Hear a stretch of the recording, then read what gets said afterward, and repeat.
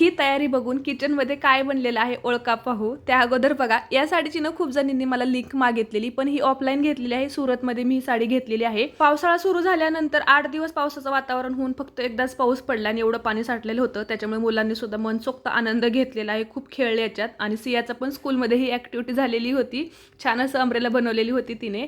त्यानंतर आज जे बनवलेलं आहे तुम्हाला मी सांगितलं ना, तर मिसळ बनवलेली होती. पावसाच्या अशा वातावरणामध्ये की नाही ह्याच गोष्टी खाव्याशा वाटतात, म्हणजे भजी, वडापाव असं नाही का, चहा जास्त. मागच्याच वीकमध्ये हा व्हिडिओ शूट झालेला, पण एडिटच करायचा राहून गेलेला. तर एका साईडला मी अगोदर मटकी छान अशी उकडायला टाकलेली, म्हणजे कुकरमध्ये नाही होत कारण कधी कधी जास्त उकडली जाते म्हणून.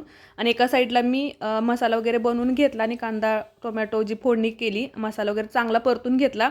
आणि हे घरचे जे मसाले आहेत ना ते जेमतेम टाकून चांगलं मिक्स करून घेतलेलं आहे बघा. छान असं फ्राय करून घ्यायची ग्रेव्ही.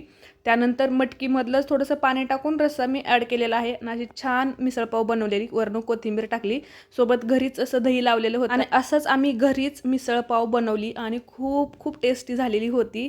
तर तुम्हाला सुद्धा हा व्हिडिओ कसा वाटला हे मला नक्की कमेंट करून सांगा आणि तुम्ही पण कशी बनवता मिसळ, कशी वाटली तुम्हाला ते सुद्धा सांगा.